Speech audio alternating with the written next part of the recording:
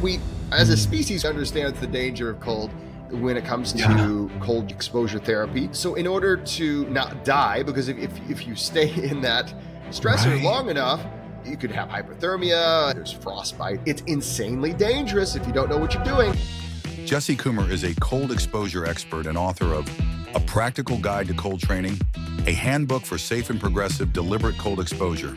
If you do this safely, you can come back regularly and you're not pushing yourself too hard, but you're pushing yourself hard enough, then in that case, you're going to have the ability to benefit from that.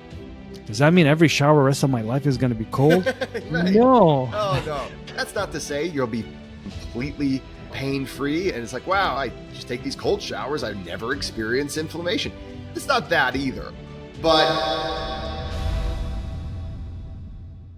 Hello, everyone. I am so thrilled to share today's conversation with the one and only Jesse Coomer. He's joining us again for round two. In the first podcast we did together, we covered his Language of Breath book, a fantastic book that talks about everything to do with breath work. Check out the link to the book and the first episode. Today, we're featuring his newly released, just hot off the press book, which I highly recommend. Super practical. If you have any interest in cold exposure, this is a must-have book. The title is A Practical Guide to Cold Training, a handbook for safe and progressive deliberate cold exposure. I love that title, Safe and Progressive. The reason I was so excited to hear that Jesse has really dove so deeply into this topic is there's a lot of misconceptions out there. There's a lot of gimmicks as well. And, there's the good, the bad, and ugly of everything. But somehow cold exposure has been revered as this magical thing that fixes everything. And, well, we all know nothing is perfect. So I'm so relieved and excited to have Jesse back to talk about his new book. Jesse Coomer, welcome back to the Pause to Elevate podcast. thank you so much for having me. It's great being back. Thank you so much. And for those who didn't catch the first episode, I wonder if you can say a few things about you just to catch them up. Yeah, well, I appreciate it. I am a recovering English professor, and I did 11 hard years. But my topic in my college career in academia was research and rhetoric, and it's primarily learning how to do really quality research, understanding, and then relaying what you learn. I'm a nerd, basically. I'm just the kind of person who I will get really fascinated with something, and then I will just dig so deeply into it, and then I just feel like I have to teach it to other people. And Yeah. so this was great as a professor, and then as I learned more about myself and about how to ameliorate many of the things that I was dealing with in my life, the stress, anxiety, poor health, things of that nature, I just had to dig deep and I had to start sharing it. And so I've been doing this professionally since 2016, and 2020, I wrote my first book, and I followed that up last year with my second book, The Language of Breath. And those were two on breath work. But now I just fresh off the presses. I'll just kind of show this to the camera here. Look at that. We've got my newest release, and that is A Practical Guide to Cold Training. And it's over this topic that is often romanticized, mystified. There's a lot of amazing things that we want to share about cold training, but we want to do it safely, and we want to do it with honesty. And oftentimes in this space, you'll see a lot of maybe overselling or underselling or selling, just selling in general. And so what we want to do is bring some safety to it and some practicality to the practice. Yeah, thank you so much for doing that, because really it's lacking out there. There's just excitement, and I love excitement and enthusiasm, and I think it's beautiful. But when there's no safeguards on excitement, bad things can happen. And that's what I really love. Like you're very level-headed around it. You've experimented with it. You've looked at the research. So I'm really excited to dive into it. And for those who didn't catch the first episode, that's how we first met, 2019, with cold exposure. And I was really impressed by how you are as a human being and how you carry Thank you. yourself.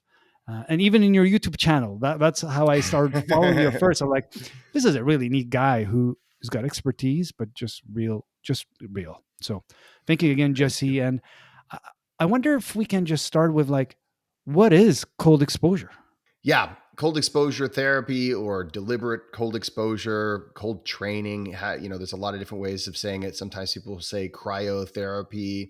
Ultimately, these are all different ways of describing exposing yourself on purpose to a cold stimulus. And it doesn't have to be a specific temperature to be cold training. It just needs to be colder than what you're comfortable with. This goes in a lot of different directions. You can go incredibly cold. You can go, sort of cold, but ultimately it's the practice of giving yourself a cold stressor and giving yourself the ability to recover.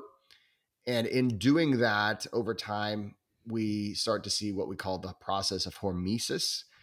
And that is this amazing, almost Mm. miraculous, we're not really 100% sure why it happens, but it's this ability for the human organism and other living organisms to endure a certain amount of stress and actually come out stronger as a result from recovering from it. Mm. And is this part of thermal regulation that I know you speak about in the book?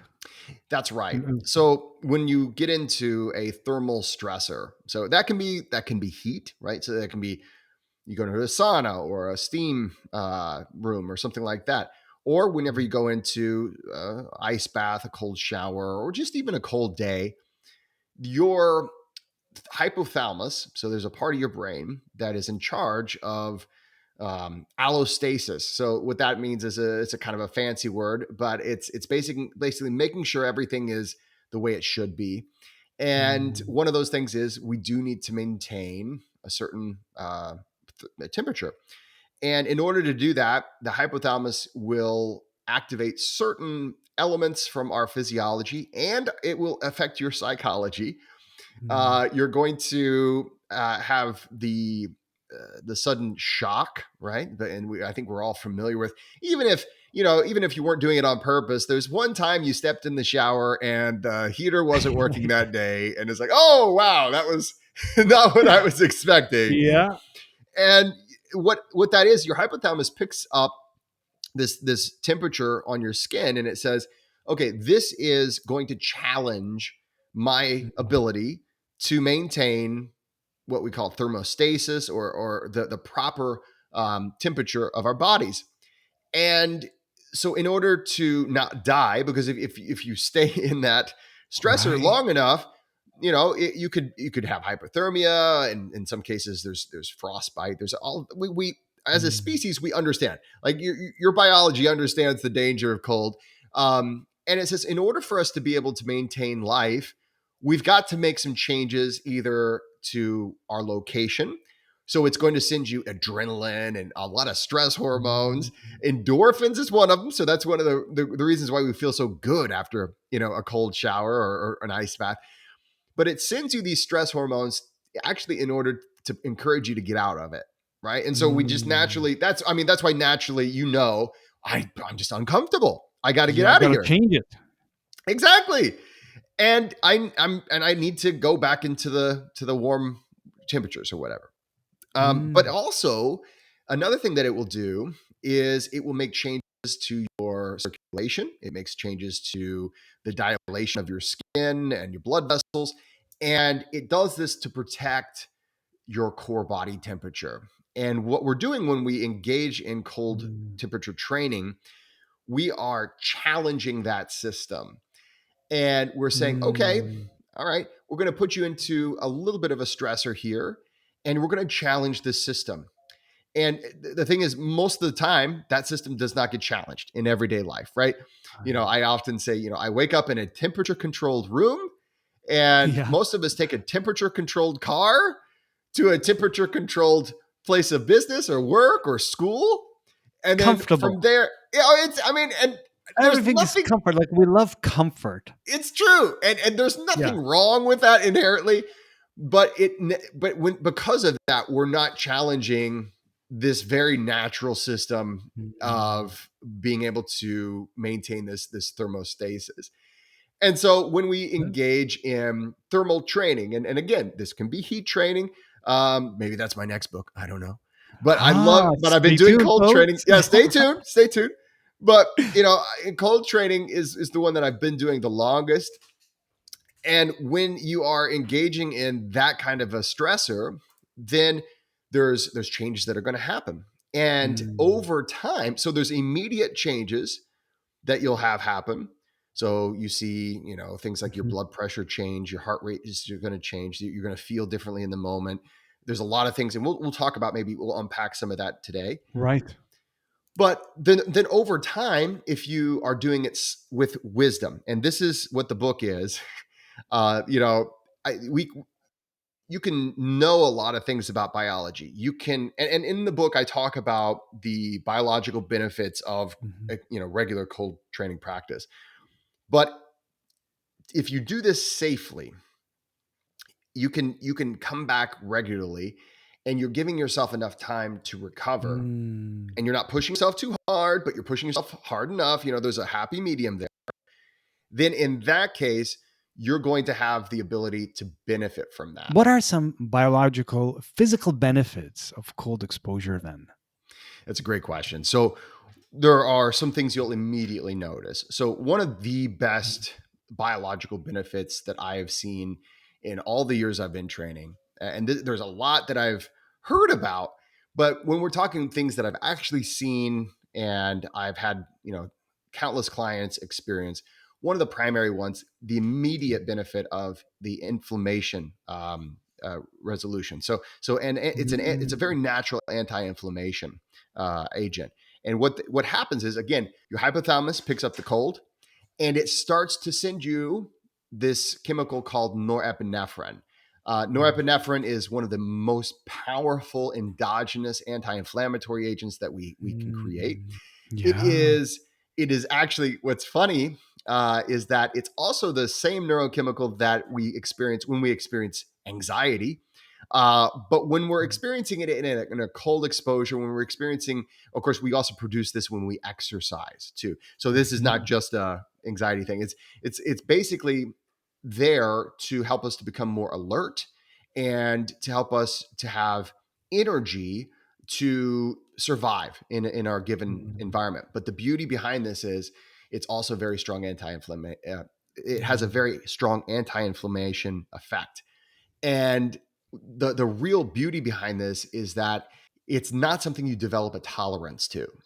So Mm. one of the questions that I'll Yeah. get a lot of times, right, is, hey, this is great. I feel great, but am I going to eventually have to do like a half hour in here or something just to get the same effect? And that's a fair question, because if you've ever tried any over-the-counter medicines or prescription medicines for pain, it's very common, right? Okay, so I start with 200 milligrams, and before you know it, I'm up to 800, and then I'm up to Need more. 1,000, Yeah. and it's not even doing what it used to do, and so the beauty is, and I explain this in the book, there's been some research on this, Mm. and it shows that whether it's your first exposure or your 100th exposure, Mm. the norepinephrine response is the same, Ah. which is incredible. That's not Yes. how it works with most things, right? And so, especially people who have chronic pain, when we're talking about arthritis, when we're talking about injuries that, sadly enough, not every injury heals, right? So Right. there's some things we're having to figure out strategies how to deal with these things. Yeah. This is a fantastic way to reduce your inflammation on a very regular basis Mm. without causing addiction, without causing, liver problems, all these things that Yeah. come with taking these over the counters. Now, that's not to say you can't also take an over the Of counter course. or Of something course. else, but this is a fantastic way that you can Mm. just have a lifelong and a very regular, consistent dose of the strongest anti-inflammatory that we endogenously produce. So that Mm. one right there, I really love that one, because I've seen it. I've used it myself. I've experienced it, It's one that time and time again, science continues to show us this is a real thing. It's not just, there's a lot of flash in the pans when it Yeah. comes to cold exposure therapy. But this one's a very, very well tested one, a very true one. And that's not to say you'll be, completely, pain free. And it's like, wow, I just take these cold showers. I've never experienced inflammation. It's not that either. But it is to say that you can dramatically reduce your aches and pains by getting into a solid cold training practice. Yeah. So that's just one of the benefits. Another that I have experienced, and I think a lot of, if you talk to people that are pretty regular in the cold training space, you will hear people talk about an improvement in their immune function. Now, this is also where we have a lot of pseudoscience, a lot of flash in the pans, a lot of cold shower a day keeps the doctor away, Yeah. right? You'll never have And a cold in your life if you do cold showers. exactly. And I was Never sick disappointed to find again. out not true, because I got a cold a Oh, couple years into it. I And I'm like, was, that sucks. I want a refund on cold exposure. I know. I remember, I'll never forget the first time I caught a cold after getting into it. I'd gone a whole year, no colds or flus. And that was a long time for me. Normally, my usual schedule is maybe once or twice a year I'm catching a cold, right? That year I had 0 colds, flus, fevers, etc. I was just feeling amazing. And of course, as it would have it, I remember I was having coffee with my parents and they say, "Oh, this cold stuff, you're going to give yourself a cold." I said, "No, mortal. I have discovered the secret," right? And I was all just really, the ego was flexing. And just pretty much the very next week, I caught a cold, Oh, and no. I was just heartbroken. Yeah. And I'll never forget. I looked at my wife. I'm like, it's all a lie. It's Yeah. there's nothing good here. And she's like, listen. And she gave me the list of all these positives, and she said, if nothing else, it's making you in a better mood. Yeah. You're having all these other positive things, and it's overall it's good for you. But it's not like you're just not going to be a human anymore. I mean, Yeah. and I was like, okay, yeah, I think you're right. So I stuck with it. And but when it comes to the immune system boosting benefits, there are some of them there. But I do want something I explain in the book more Yeah. in depth, but I do want to just kind of cover it. It is that according to the research that we have on colds and flus, on viruses, things of that Mhm. nature, we do know that the viral replication is temperature dependent. And what that Mm. means is there actually is a connection between being in the cold and catching a cold. So Mm. for the longest time, and this is another one of the we're going to myth bust a little bit. We'll be myth busters today Let's on your do it. podcast, because what happened is when I first got into this, we were, and I think there's a large contingent of the cold training world that's very raw cold training, and anytime human Mm. beings get raw anything, we go overboard, right? We just Mm. jump the shark, so to speak. And so you'll have the conversations. Well, being cold is not going to make you catch a cold. That in itself is true, right? It's as Mm. far as we understand it now, and I'm sure later on we'll understand it better. But as far as we understand it now, it is viruses. There's bacteria. There are things Mhm. that basically they come into our system. The innate immune system causes us to have a response. It's a generalized response that's just trying to kill anything that doesn't belong. This is part of our nervous Mhm. system. Yeah. And then over time, we develop antibodies and we fight back that viral infection or the bacterial infection. Mhm. As far as we understand it, that's just the general gist of how that works, right? Usually it takes about 7 to 14 days for those antibodies to be completely produced. And Fight then, it okay, off. great. Yeah. Exactly. And I just want to say that in itself is a healthy immune system, Yeah. right? So a lot of us will look at, okay, I caught a cold, that must be a deficient immune system. Mm. No, that is a myth that should be busted, because so many people, oh, I caught a cold, my immune system must be bad. That's your immune system actually doing what it's designed to do. And it's not a perfect system. It's just the one we have. It would be great if you didn't have any symptoms, and Right. somehow it just like Right. boom, it was. Oh, I'd be the first in line for an upgrade there. But Yeah. our innate immune response is there, first of all, because it says there's something here that doesn't belong here. We haven't zeroed in on exactly how to counteract it, but we're just going to start putting a lot more white blood cells. We're going to start Mm, flushing out some systems. We're going to change our energy production. We're going to put a lot of energy in fighting whatever it is, right? That's inside. And you're going to feel tired. You're going to feel sluggish. You're going to feel gunk. You're going to right. have, we're going to stop you up. That is normal. And that is actually a healthy immune system doing what a healthy immune Yeah. system does. I don't like it, I don't either. but it is what it is. It is. You're saying something interesting earlier as well. Like there's a lot of emotions around it. It's like there's a sense of, I failed because I got a cold. My friend didn't get a cold. My family didn't get a cold. I got a cold. Must be weak or something. But it's like something that happens. But something interesting, and I'd love to hear your take on this, on the physical, before we talk about the mental health benefits.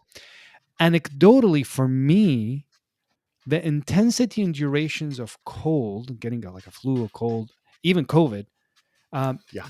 has been reduced drastically over the years Yes. as I've done cold exposure. Like the last really bad cold I've had was maybe, I don't know, 6 years ago, where I wasn't really fully on the cold exposure, like I was on and off, Mm-hmm. and I was out. Like I was Yeah. really bad. The fever, like I was like, I think I'm gonna die. You know what I mean? Like Yeah. I was really Right. bad. And since then, that's actually one of the things that motivated me. I'm like, uh, I want to improve my immune system. That was my own mindset. Yeah. And I was like, Yeah. I want to do things to challenge my body in a good way. And I started looking at the research, started looking at, there's a lot of pseudoscience as well, but I was like, oh, Mm-hmm. no, there's some benefits. And as I started doing it regularly, I did feel a quicker recovery. Not while I have a cold. I would stop doing cold exposure when I have a Right. cold. Um, but I also noticed the physical benefits. Like I had a really, really bad shoulder injury, and Mm-hmm. it wasn't moving, it wasn't nudging, like such bad inflammation. And that was the clearest change I experienced. I still struggle with that shoulder, but the improvements as I started taking cold exposure regularly, it was anecdotally for me, I was like, wow, I have a better range of motion. So that Yeah. way it kind of hooked me on it. I'm like, I want more of this. Yes. So is there research that you've seen that cold exposure can reduce over time the intensity of getting a cold or duration? Is there such a I haven't seen any research that I'm convinced that makes that mm, connection. It's all anecdotal, and it's something that, at least in my experience. Now there are mhm, studies that show that people who train regularly in cold temperatures seem to have higher stores of white blood cells. mm, There's, I mean, a lot of the ways it's very difficult to measure the immune system. So when we think mm, about strengthening something like a wall or strengthening like a muscle or something like that, it's a pretty simple. I mean, these are complex things measure? too, Yeah, but yeah. it's a simple structure, right? Our immune system developed over like so many Mm, different iterations of what it is, and it's not like a really neat concise thing. So mm, measuring the strength of an immune system is kind of a difficult thing to really do. Now we do associate higher killer cells with a stronger immune system. mhm, We do associate, and there's certain things we associate, but in my under it this is just my own thinking, and after my own research, I do think that the higher levels of white blood cells count. I think the higher levels of the chemical glutathione that mm, the liver seems to produce when we are regularly cold training, I think that helps. This just basically mm, provides more ammo. I mean, these are metaphors we're using, but it's like it's you got more troops or more ammo, right? That's uh, at its the disposal. So that it can take care of this issue before it becomes out of control, and then all the alarm bells that we hate are sounded. mhm, The other thing is when we cold train, there's some research that shows we're improving our overall mitochondrial function, and that is the powerhouse of the cell. So we're creating more energy, and the energy can be produced, and that's one of the reasons I believe that we get over the colds a little faster. The lastly, though, one of the things that I maybe I don't know, I just after all the research I've done, I think it also one of the biggest benefits is that it actually helps us with thermoregulation. Our body temperature is lethal to a lot of viruses, especially early on. Now, once they're inside, it's a little bit more, but our body temperature is a fantastic defense against these intruders. And there's Mm. and so when we have a very stable core body temperature, it's just not a an easy place for cells to replicate. Obviously, they do, but there's Right. research that shows that it's like the places where typically they get a good foothold is in our nose or in the Mm. areas that are cooled by the air. Now, nasal breathing is incredibly important, and if you're breathing in and out through your nose, you're keeping nice and moist and warm. Yeah. It's less likely to have that happen. But it's still, it's hanging out here. It's it's Yeah, not yeah. the warmest part of our bodies. It's better than breathing directly from the outside air through your mouth and then it goes straight down. But it's just part of our species, and of course, viruses adapted to be. I mean, we call them rhinoviruses for this reason. Mm. So, but overall, all of these things sort of combine to what I believe is the reason why we have a better overall immune function Yeah. when we cold train. Um, I still catch colds and flus, but it like you said, these things are not quite as brutal as they once were. Yeah. I remember I was just totally out every time I catch a cold or a flu. And occasionally I'll get a good left hook out of nowhere, but it's just not as big of a thing. And you know, that's those are the reasons why I think that is. So interesting. And it's, facing discomfort. We're talking about comfort levels and, Mm, temperature. We like a certain way in the house, in the car. And then, unlike our mhm. ancestors, our hunting is going to the fridge. Do you know what I mean? Like we're not facing a lot of stress. Like, Yeah, that's right. I right. mean, of That's course, right. It's a pretty yeah, easy hunt. yeah. Most of us, this, of course, there's a lot of people who struggle with even that and, don't have enough food. But for Sure, most people, sure. it's just like, just reach to the fridge. That's it, right? Hmm. Yeah, So there's something about being uncomfortable and countering the natural instinct to go, no, I'd rather right. just stay cozy and warm.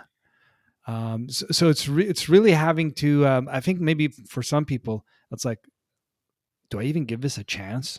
So here, right, and here we are. We kind This of, is this is where it comes. Here we come. This is my favorite part of cold training. This is the part that I think is the most important part. The biological things is typically what gets people into it because hey, you know what? I want to reduce inflammation. I'd like to improve my immune function, right?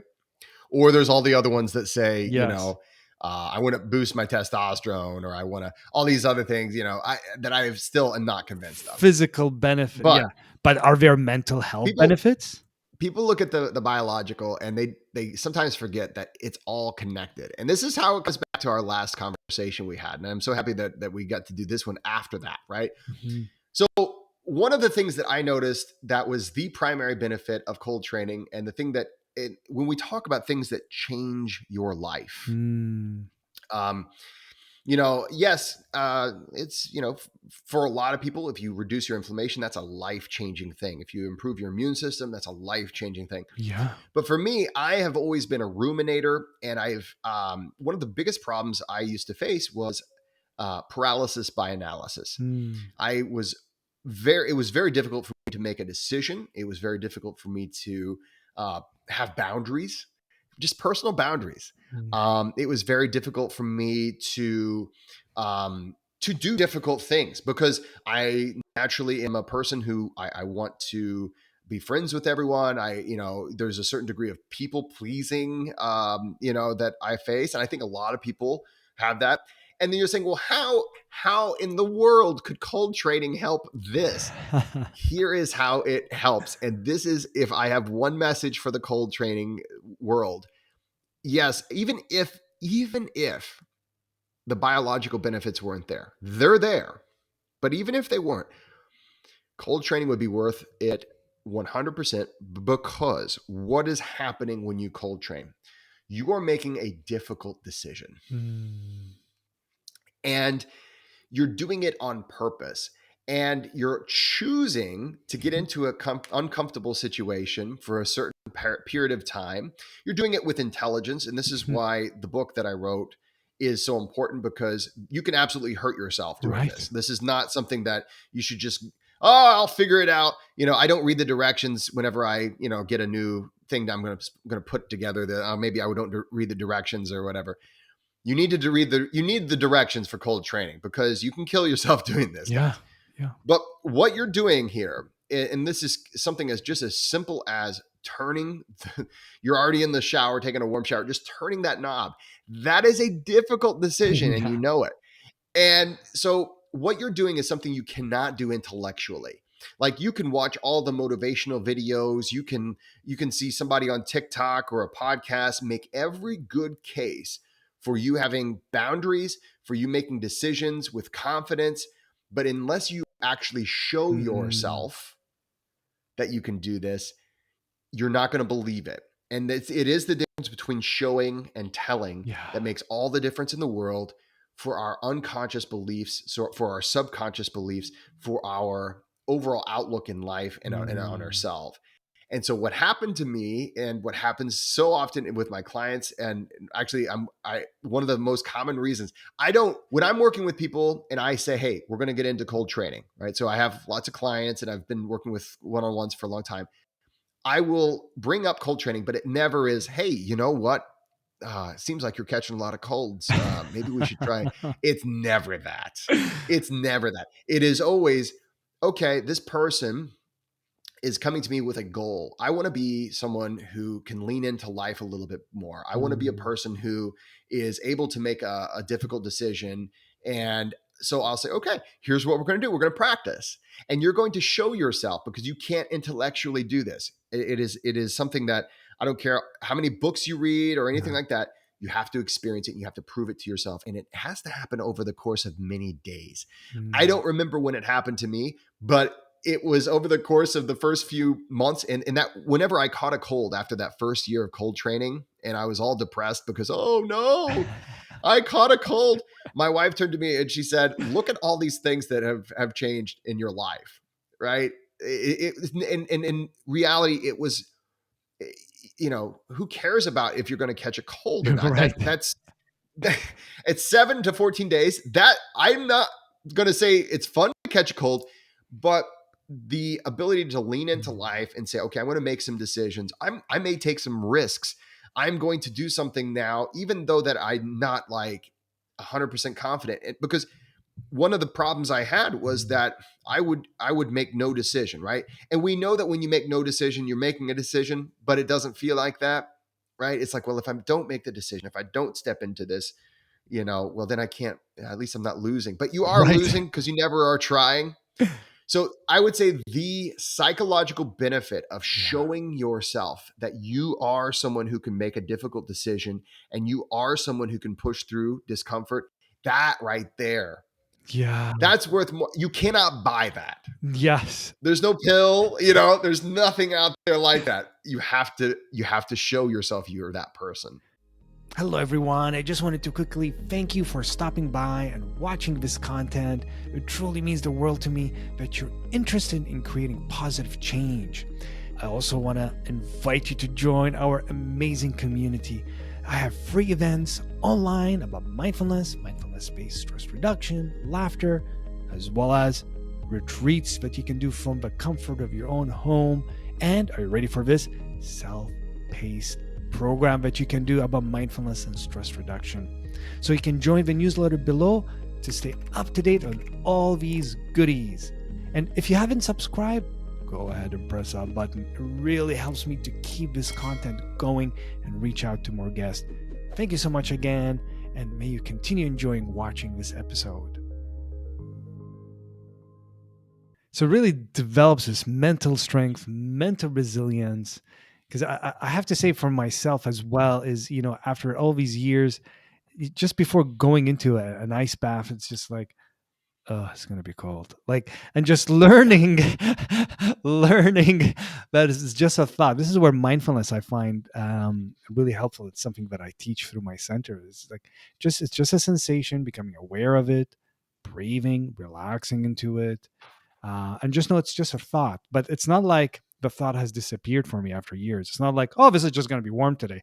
No, it's just going to be cold. And Never. let's like every time it's like, okay, let's do this. Let's go breathe, relax. And I know it's just like a mental barrier that after so Right. many times doing this, it's not an issue having that thought. Like it's going to be cold. Like, Mm-hmm. yeah, but that's good. I'm kind of learning to enjoy it actually and just to relax into it and actually enjoy the sensation, like be with the sensation. Yeah. Well, and this is also where, while we don't seem to form a tolerance to cold when it comes to the production of norepinephrine, Mm, this is, though, where our to continue getting that psychological boost, I do think it's important to change it up a little bit. mm, Taking a cold shower every day, that's a lot. That's going to be a lot for most people. yeah. And that's going to do an enormous amount of good. And it's not like that will go away. It's not like you have to continue to expand you go colder or longer to Right. maintain whatever level you've gotten.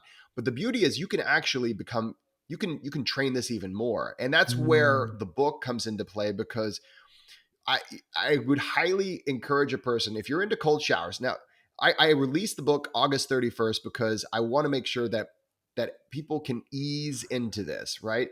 For most people, if for you the go into a winter. cold shower, exactly. The wintertime, your cold shower will be much colder if you're like most people. So here I'm in Indiana right now, and the water out of the tap is like maybe 68, 70 degrees. I mean, it is not that cold, but for But most people, that's it's heading down. yes. But I mean, really, for most people, 68 degrees, 70 degrees, that is a cold shower. Yeah, And so yeah. I love being able to say, okay, start now when it's warm outside, because Mm, the temperatures will come down. And as they come down, you want to be training alongside that yeah. dip. And then the beautiful thing is, if you do that, and that's why in the book I even have this digital stuff. So in the back of the book, there's this web address that you go to that, and I'm taking you through these exposures through this year. So I only have 2 up there right now, but as it gets colder, I'm going to do, okay, now we'll do an ice bath, and then maybe we'll go out into nature and do an ice bath. There Mhm. is something incredibly Yeah. profound about, you go out and you find this freezing over lake. It's insanely dangerous if you don't know what you're doing, and that's Yeah. why I give you the directions. But it's such a I mean, that is a milestone you will never forget. And that, Mm, again, is showing, not just telling yourself, look what I am capable of if I'm just willing to push a little bit beyond my comfort. I'm doing it in mm, a smart way. I'm not being stupid about it. right. I'm not going out there without any safety, because that's dumb, Yeah, right? yeah, yeah. That's not going to help. If you go out there and it's insanely unsafe, it doesn't do anything good. It only gives you, I mean, if you have after drop or hypothermia or frostbite, those things prove to you something different. They'll prove Right. to you that you can't do things. I mean, Eh, there's really that element that we have to really take into of consideration. course. And thank you for naming that for those who are not familiar with what is after drop? So there's different levels of hypothermia. Mm, And so all of us, we're walking around, and we once thought everyone had this exact same core body temperature. It seems like there is some fluctuation across the species, but whatever your core body temperature is, that is what you are naturally healthiest in. mm, And when you go too cool, so whenever that core body temperature starts to cool down, there are certain enzymes, certain reactions that just cannot occur. mm. There's 3D structures that fall apart, and you just can't sustain life. Yeah. And so when you practice in the cold, when you're cold training, the natural thing is that, and again, this is all the hypothalamus doing its work, but Yeah. it's going to send the vast majority of your blood to the core so that it can stay protected, because that's where you have the Mm, most thermal protection.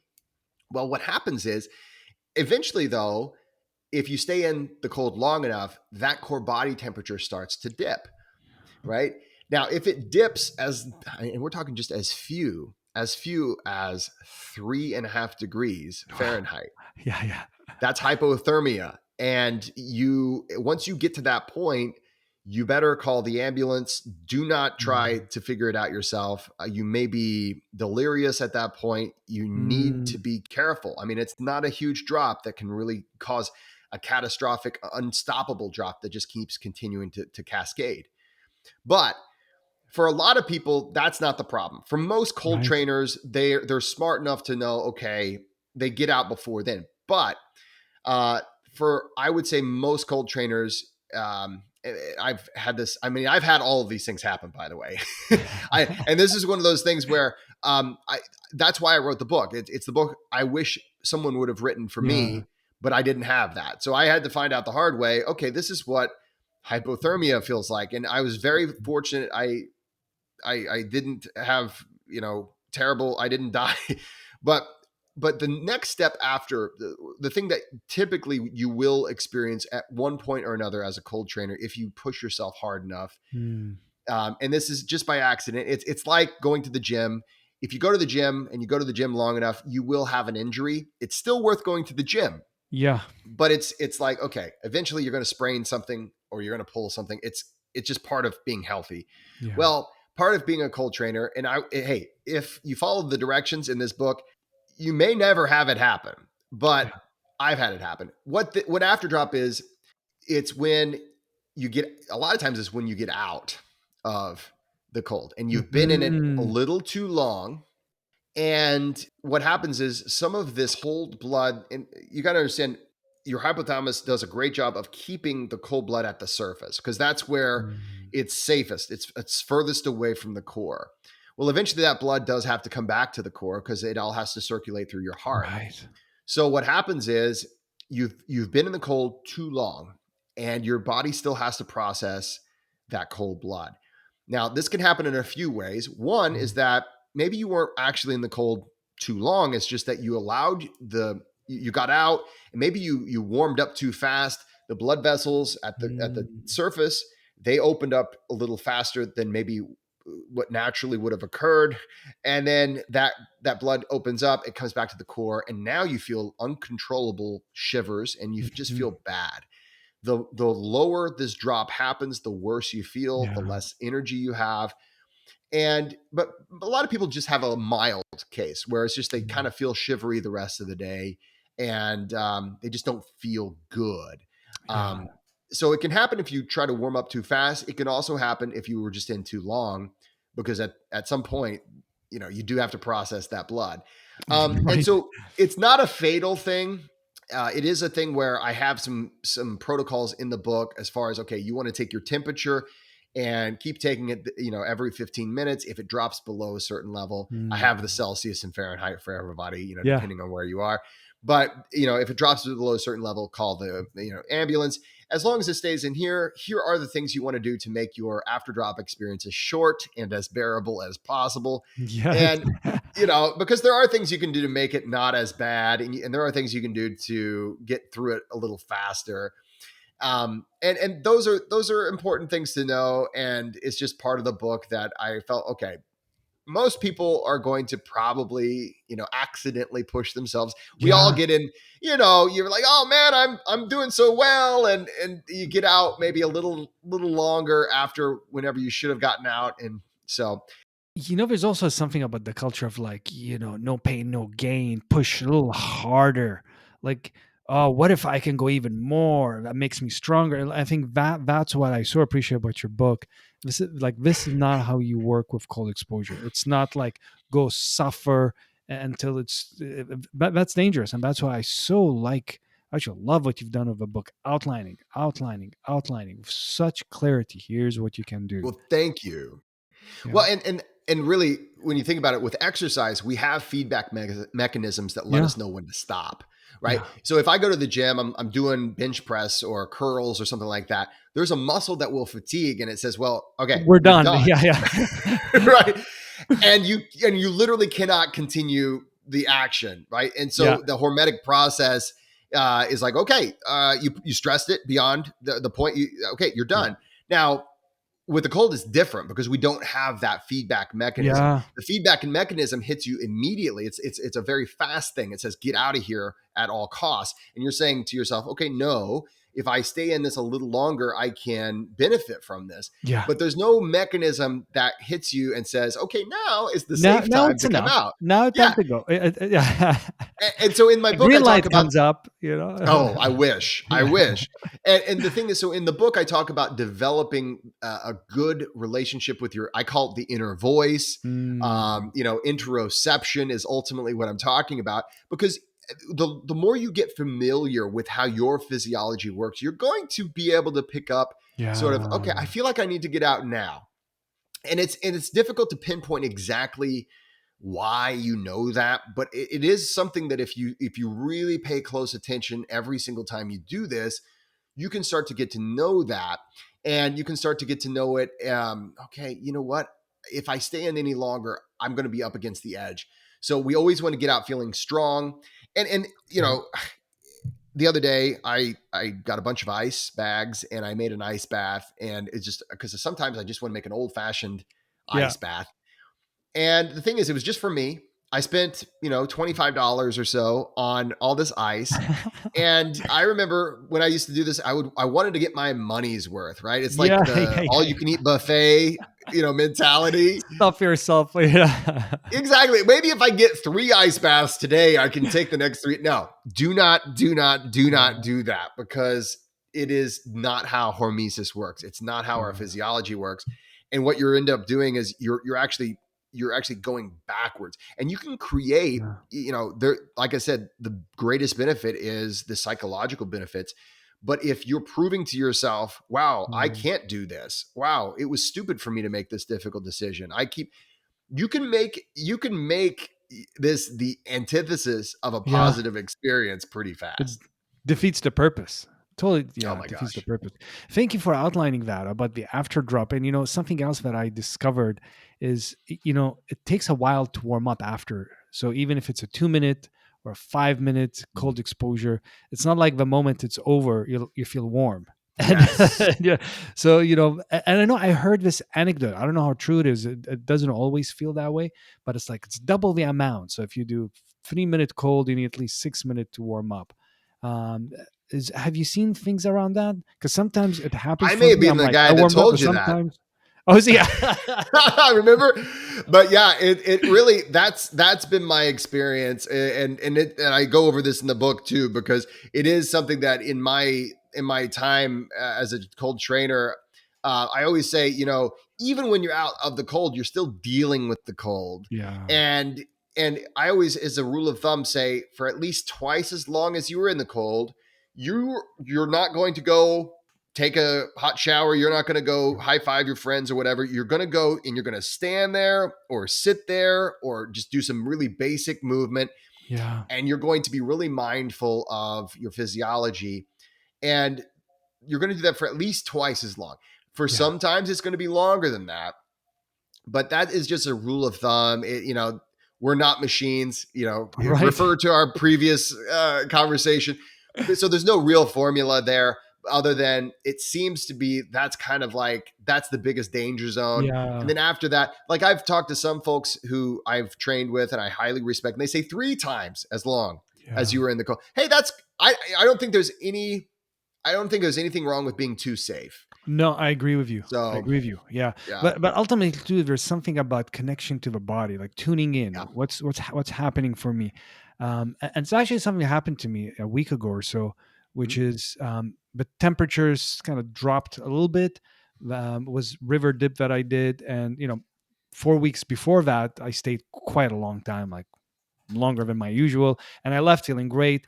And in my mind, I went back to that same river, and I'm like, oh, it's the same thing. Even with some Yeah. morning, it's colder, like Celsius wise, it's like Mm. 10 degrees colder. I don't know what is that Fahrenheit. I'm not sure, but it's Uh, it's some amount, yeah, yeah, some amount, and but I couldn't stay half that amount of time, and yeah, my brain was like, it doesn't matter about how long.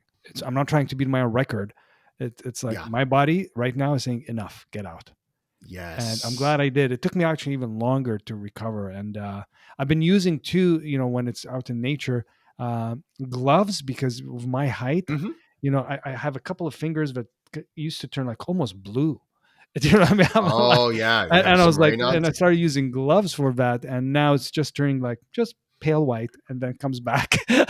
Yeah. So So- that sounds like Raynaud's syndrome, yeah. and it's very common. If and for early days when we first started doing cold training, we told people if you have Raynaud's, just don't do cold training. And Mhm, what we found out is that that's not going to be a big problem. There is an extreme form of Raynaud's that mhm. a person would want to avoid cold training, but they already know. Yeah. Like for very few people, and it's very unfortunate if you suffer from extreme Raynaud's. Just even a cold breeze can put you into a very bad state. But I Yeah. occasionally have Raynaud's too. Mm. It's a weird thing. It's just like suddenly, yeah, okay, two fingers or whatever, Yeah. a part of a finger just goes completely pale. Yeah. Yeah. If you have that happen, um, just be extra careful. And I'm glad you're wearing gloves, because if Yeah. you go out into nature and you have the cold water plus the wind chill, Yeah. plus the extreme lack of circulation, that can lead to frostbite, Yeah, pretty exactly. quickly. And that was in my mind too. It's like, the things that you said over the years, before the book, even from your YouTube channel, it's like stayed in my mind. I Yeah. was like, oh, just listen. Oh, Oh, don't good. push it. Oh, so I'm it's glad I stayed. helped you keep some fingers. You definitely like, look, we're all here. We're all working. We're all good. you Great know, success. yeah, totally. I wonder if this brings up a question. I'm sure you get that often, which is what's the best dose and duration for cold exposure? Because everyone's wanting some formula. Right. And this is where I highly respect many of the names that are in the cold exposure world. I respect Andrew Huberman. I love how he dubbed deliberate cold exposure. I think that's a fantastic way of looking at it. But when we see ourselves as a machine, it's easy Mhm. to see, well, what buttons do I need to press, right? How much fuel do I need to put into the compressor so that it will Mhm. pump out XYZ? And ultimately, if you're looking for this, I understand. I totally get it. I don't want to be doing more than I have to. If I can do half as much and get twice the benefit, give me that. Here's the question I always come back with when I hear this question: what is the minimal effective dose? Right. So how much weight do I need to lift? Hmm. How many, and it's always like, oh, okay, what does that even mean? How much weight do I need to lift to get stronger? Well, it depends on you, doesn't it? Yeah. Right? It depends, because I'll go to the gym, and I've been going to the gym quite some time. Of course, I used to work at the university, so you see a lot of gym bros, Hmm. and you see a lot of kids that are, skin and bones, and they're looking to be muscly, and they should be picking up the 10-pound dumbbells to do curls with, because that is actually more appropriate. That's going to give you a much better, Mm. you're going to actually be able to do the full contraction, range of motion. All those things would be better if you just pick up the 10s. But their favorite bodybuilder is picking up the 30s. And so Yeah. they're going into it thinking, well, the minimum effective dose is XYZ. And even in the world of muscle building and things like that, we talk about how many reps you should do, right? And I get that, because these are Right. great rules of thumbs. I don't have anything against it until we get so formulaic that we think that if I don't do this, then I don't get any benefits. And Mm. if you would have thought that when you were telling me the story about being in the creek, right? It was colder Mhm. that day, but you were feeling a certain way. If you would have just, white knuckled it through, and maybe quite literally for you, right? White knuckling. But Yeah. but Yeah. if you would have just white knuckled it, right, and just said, well, the only way I'm going to get any benefit in this is if I spend XYZ, right? 11 minutes at 32 Celsius or 32 Fahrenheit, or all these things that there's these, like the Soberg principle and all these other things Mm. that you hear about. And I don't have anything wrong with us trying to figure out what a great number of time. I get it, but we are not computers. We're not Yeah. machines. And so each day it's going to be different. And ultimately, when we think about what the minimum effective dose is, we're most of the time that's looking at what is the minimum effective dose for XYZ result? Well, okay. Mm. So if you look at the research on norepinephrine, you start as, it's the colder it is, the less duration you need, Right. right? So if it's like And 2 and degrees so Celsius or right. 30, And yeah. so it's going to adjust depending on the temperature we're in. Now, in my book, I do have, okay, so for everybody that's like, man, I was hoping to, okay, I do have an explanation of how to make this work for you, right? Mm. Temperature is the intensity in this case. So temperature would be maybe the weight that you're lifting, Mhm. and then the duration would be your reps, right? So Yes. so I do work this out in a way in the book because I understand it. I want this too, right? I would love to know. But in reality, when Mhm. it comes to cold training, I hesitate to say this is the exact formula, other than a person should go into the cold each time they do it, and always be present and Yeah. get out before you feel bad. You always want to get out feeling good.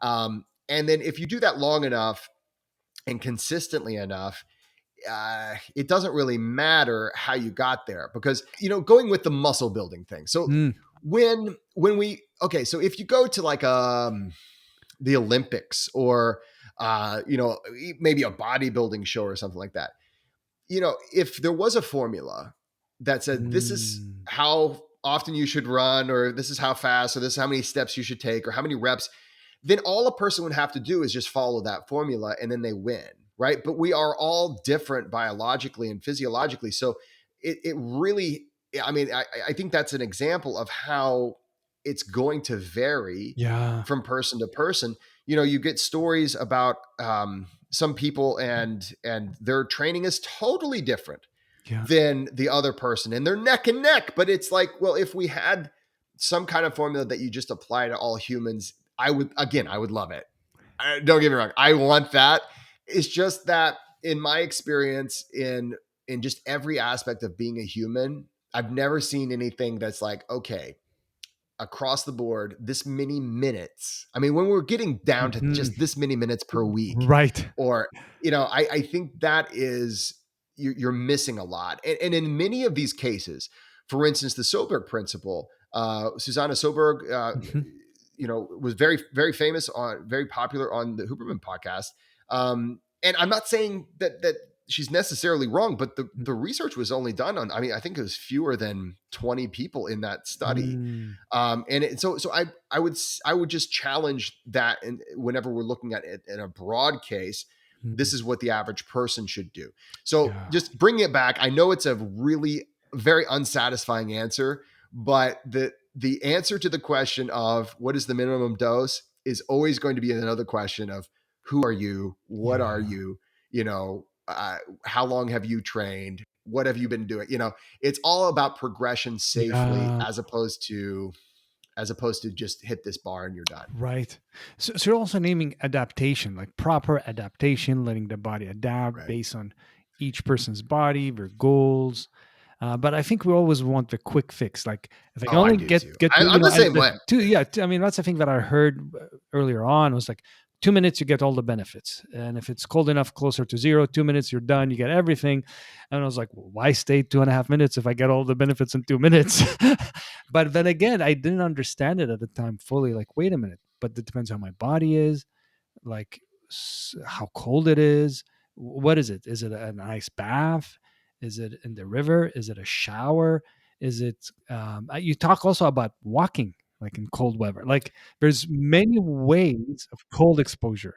I tell you what, my son and I, if you when you get the book, my son has been helping me with the digital content, and he's been having a blast. A couple years ago, he saw me walking outside barefoot in the snow, and he just was like, "Daddy, I got to try that." And I'm like, "Okay, I don't want to be hauled off for child abuse or anything like that. But if you would like to try it, sure, we'll just walk outside real quick." And we had a little song, because that's what we do. And so I call these frost walks. So we said, "Frost walk, you gotta get out and walk." And he and I would sing the song. And after that, he just loved it. And this is the thing. Again, one of the many reasons that I started writing this book, and this is back in 2019, is because so many people would write me emails because of my YouTube channel. They said, "Hey, listen, I know that the power of the mind this is what it's all about." Yeah. And so I started taking frost. I started doing a barefoot walk in the snow, and it hurt for a little while, but then the hurt went away, and I realized that my mind was so powerful. I'm like, no, you're getting frostbite, my friend. And then like, why are my feet burning? They just burn. It's so painful. I'm like, go seek medical attention and never do that again. So, when it comes to walking barefoot in the snow, again, you could say there's a biological benefit, but the primary benefit of it, you're doing something that you would normally say was crazy. Yeah. You're doing something challenging, and if you're doing it safely, you can come back and do it again. It's fun. It's something that, not many people know what it feels like to step on snow with their bare feet. And you're going out there and of course me and my son will do it. We're singing and we're having a great time. We're not going until we can't feel our feet anymore. We go until, okay, it's starting to hurt a little bit. Let's go inside and wipe off. And exactly. And in the book, I talk about if that is something you would like to do, you are absolutely capable of doing it. I go outside in freezing cold all the time, but guess what? I'm barefoot most of the time. I go barefoot all the time if I can. And so it's about healthy feet circulation in reality. So I have a whole protocol. There's a whole chapter on how to train your feet for that if you'd like to do it, and how to do it safely so you keep your toes. And I had one time where I had some very slight frostbite. It was a time whenever I was working with a videographer, and he's making some really cool videos with me. And I was pushing a little harder so we could get the shot. I was kind of ignoring the inner voice. And I had some burning sensations on the tips of my toes for a little while. And I'm like, oh, geez, don't turn black. Don't do this. Well, I forget the name of the movie where the guy's whole foot was black. But yeah, I've had close calls with those things, and I can say that even the close calls hurt. Yeah. And so this is where if you just know, if you have the instructions, and that's the whole goal of this, it's a handbook for how to do it safely, then you can have fun with it. Then it's like, okay, some people do fire walks. I do a frost walk. Yeah. So I love that. That's in the book. I love it. And I love, again, the protocol. Like, here are the many ways, because it can be very confusing, someone who's never done any cold exposure. So I wonder, what would you say? And I know you outlined it beautifully in the book, but someone who's never done any cold exposure, what's a good starting point? If, for someone who's listening, go, okay, I want to start experimenting. Where could they begin? After picking up your book, of course, because I highly recommend that. That's where to begin, right? And this is actually that's very first part of my book is exactly where to begin. But for the sake of our conversation, the first time I tried to take a cold shower, I walked in there and I turned the knob, and it was like in cartoons where the skin leaves the skeleton and all this. And that I was like, I'm never doing that again. I just swore I'd never do it again. And it was because, there's an easier way to do it. And so the easiest way to do it is take a regular warm shower and then slowly move the knob, right, to colder and colder and colder until you get to the point where it is as cold as you can comfortably be, and then slowly turn a little bit and just challenge yourself. You don't even have to get all the way cold. All right. And again, this is about showing versus telling. I can tell you, and I know for a fact that you're completely safe in the coldest cold shower that a human can have in their house. I mean, it's only going to, I think the coldest cold shower I've ever experienced was like in the 40s. And that's a cold shower. 45. Yeah. But Fahrenheit is that's zero almost. Oh gosh. Exactly. I think, we're looking at maybe, 32 in Fahrenheit is freezing. Yeah. So 40, I was like 40. I mean, we're getting close. Yeah. Yeah. And And so, I mean, yes, but I know for a fact that you can tolerate that, but you have to know for a fact. And the Yeah. only way you can get there is by experiencing it and proving it to yourself slowly. And that's how you, just getting back to the conversation we had last time, you have to prove to yourself that it's Yeah. safe enough to try. And then before you know it, the next time you come in there, you're like, okay, I got to this point. Maybe I'll see if I can get to all the way cold today. See, that's so like sensible, like, okay, doable. I can reduce Mm, it. And I guess what you're suggesting too, which I find so helpful, is at the end of your regular shower, because I think sometimes yeah. people hear and go, does that mean every shower rest of my life is going to be cold? No. Right. Oh, no. That's not what Jesse's saying. That's not what we're saying here. It's like maybe at the end of a shower, and if it's not every shower, some showers experimenting the last 10 seconds, 30 seconds, Mhm. and there's no specific formula like you're saying, but just lowering the temperature a little bit. But here's a trick: resisting the temptation. Correct me if I'm wrong. Resisting the temptation Yeah. after that 10-second cold shower at the end of regular shower to turn it back up to the heat. True. So I would advise everyone to finish on cold. Now Mm. that is going to do a few things. Okay. So the one thing that at the end of a regular hot shower, the one thing that everybody hates is how everything's cold after that, right? Even in the summertime, you get out of a hot shower and there's steam everywhere in the bathroom. You, Yeah, you know yeah. the whatever, your mirror is fogged over, and you kind of feel chilly when you finish with some cold, and or if you take a complete cold shower, there's no fog anywhere, Yeah, yeah. and you feel warm when you get out of the shower. So I mean, there's every reason to finish on cold, but sometimes it's like, well, I feel cold now, I'd like to feel warm again, and I get that. But what you really want to try to do is there are some safety reasons. One is a safety reason that I always say it never happens until it happens, Right. right? And so blood pooling can be a thing if you Mm. if you end on hot. It's very very rare, but it can happen. Yeah. And so I would say finish on cold for that reason. It's great. Close up all the capillaries, and I mean you're good to go. Yeah. The other End on reason cold. is end on cold. Just end on cold. And the other reason is, hey, you're done with the shower. You turn it off, and honestly, you're going to start feeling warm at that point Mm. because the cold stimulus is Yeah. stopping. So just end on cold, and you'll be better off. Because it's so easy to have that temptation. Like, okay, I'm going to give myself a reward. I did 10 seconds of cold or 30 seconds. Now I'm going to stay under the shower for 10 more minutes under hot.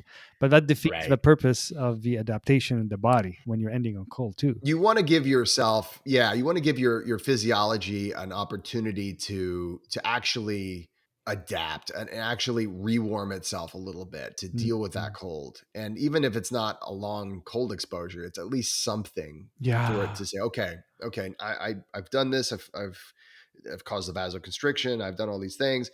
Beautiful, awesome. You've got a good rep in, and you can benefit from that the next day. Exactly. This is just getting me excited to get into a cold exposure. Like, Yeah, I'm like, after okay, this, what we're is that? gonna Okay, hop here we in a go. cold shot. I want to do that right now. Something I want to go back to, you shared earlier, and I'm wondering about the connection with breath work and cold Mhm. exposure. Like, how Yeah. is breathing important in cold exposure, and how?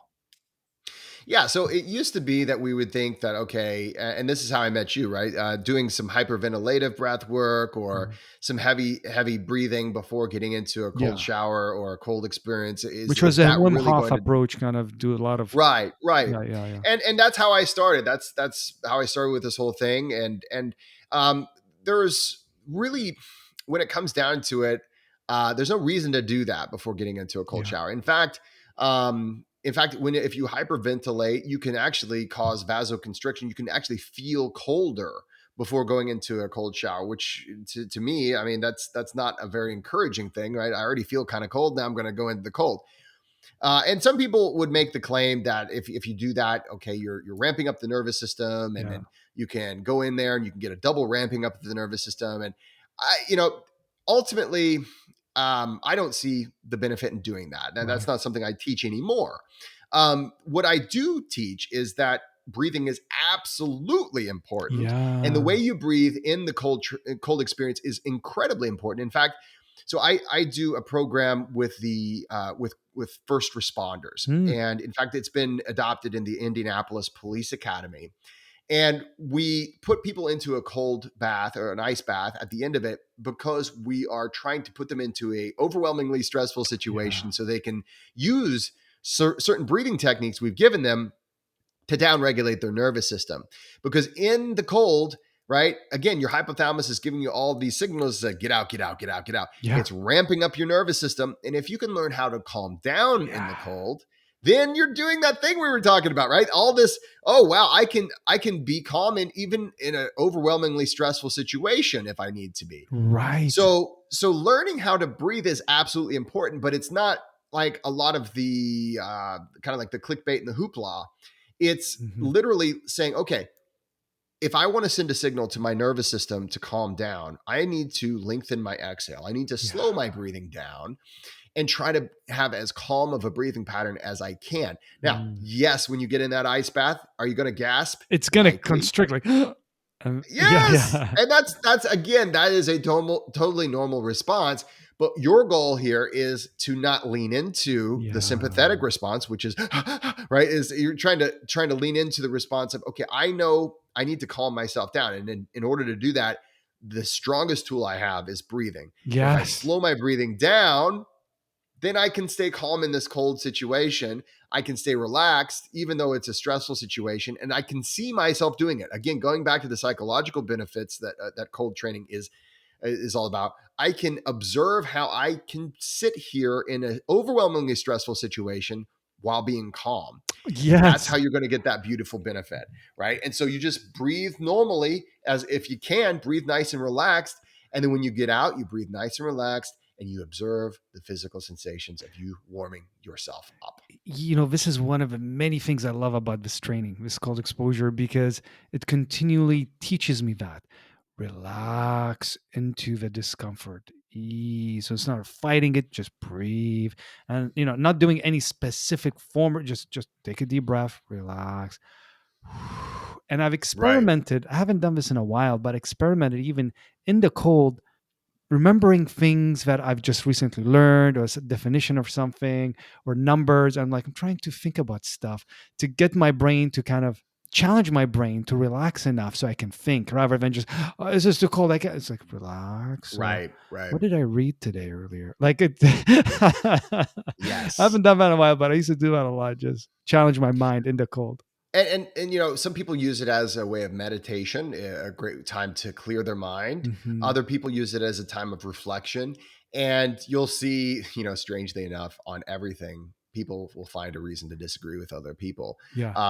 But really, what you're doing is, if you're thinking about things and you're in the cold and you're able to stay relaxed, that is emulating a stressful situation, right? Maybe it's a stressful day, and I'm still able to Yes. relax and think about things. Yeah. That is powerful. And in fact, that's what we do with the police academy. So we put them Mm. in the ice bath and we say, okay, now recite the Indianapolis Police Academy, credo or whatever it is. And everybody's like, oh, hip, hip, Yeah. I can't figure it out, right? And they're just like, they're not sure. And they say, okay, now let's go into those breathing protocols we just talked about. And we're slowing our breathing down, we're lengthening our exhale. And it takes us, just a few seconds, and then before you know it, I will depend, and all these. But I don't know the credo myself, but you'll hear somebody start saying it, and then another person, and then before you know it, everyone's saying, they're all saying it in unison. It's a really powerful thing, Mm. and they start to see again. They see how okay, Yeah. I can become a person who is relaxed in an overwhelmingly stressful Yes. situation, and that it builds confidence. It's also a great team builder Of whenever course, when he's whenever we do this.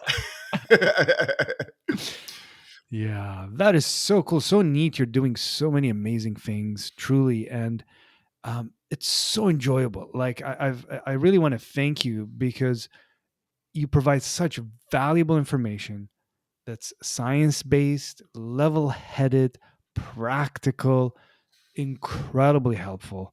And I keep going back to it. I don't know how I came across your work online. I'm so glad I did because it really has made a difference in my journey in cold exposure to do it safely to enjoy it, to keep growing in it. And I'm so excited about this book. I really highly recommend it. I will put it in the show notes, the link to the book, and anything else I want to put. I'll put links to your social media as well. I'm wondering, what else? Anything else you want the listeners to know? Yeah. So if this is something you'd like to offer, maybe you're a coach, right? And you'd like to Mhm. offer this as something that you lead people through. If you certify, so I run a breathwork school called the Language of Breath Breathworker School. One of the things that we do include in that certification is training on how to guide a person through Mm, a cold exposure or an ice bath. I highly recommend do not go into training other people into cold exposures without getting that good guidance, yeah, because there are some things that can happen. They're rare, but they do happen to people yeah, whenever okay, all my friends, I'm going to bring them all over and we're going to do ice baths. yeah, We yeah, are dealing with a highly stressful situation. And so, unless they're all following all the directions in the book and everybody's and that's a great way to get through to train together. I yeah. definitely recommend that. But if you'd like to learn how to safely take other people through an ice bath experience, I do have the Language of Breath Breathworker School, and we're taking Mm, applications now. This is a hybrid learning system. We do part of our learning on Zoom, and then we mm. also have an in-person hands-on event where you can get all the hands-on training with real people in the actual room. We set you up with, we give you business advice on how to create your own programs. Oh, neat. We get a whole package of professional photos, music, everything you need to be successful. And then, of course, one of those things is learning how to do the cold training with others. So that is available, and you can reach out to me at languageofbreathcollective.com or jessecoomer.com. Languageofbreathcollective.com. Is that Right. different from the breathwork That school, or that is that's that's the that is a that's the breathwork school, right? website where we host Right, right. the information. Also on my personal website, jessecoomer.com, there's information Right. on A this link to there. as well. Yeah. Okay, very good. This has been so delightful, and I tell you, I'm already excited that you dropped hints of a potential book sometime maybe next year about heat exposure. Yep. I can't wait for that because that's another thing that's been part of my journey: saunas and heat exposure. So I'll be waiting. Well, I'm not sure when it's going to come out, but it is something that is on my to-do list, and it's Yes. something I've been doing a lot of research on lately. So expect that in the future. Thank you so much, Jesse. I really appreciate you. Thank you for your incredible work. So enjoyable to have a conversation with you. And I want to thank all the listener for listening and watching, for watching on YouTube. If you found this useful and helpful, feel free to like, share, and subscribe. May your moments be filled with ease and may be present in as many of them. Thank you. Hello there, and thank you so much for stopping by this channel. I hope you find this content useful, and if you do, feel free to hit that subscribe button. It will really help me to reach to more people and keep this content going. Here we are journeying together, and let's see where this takes us.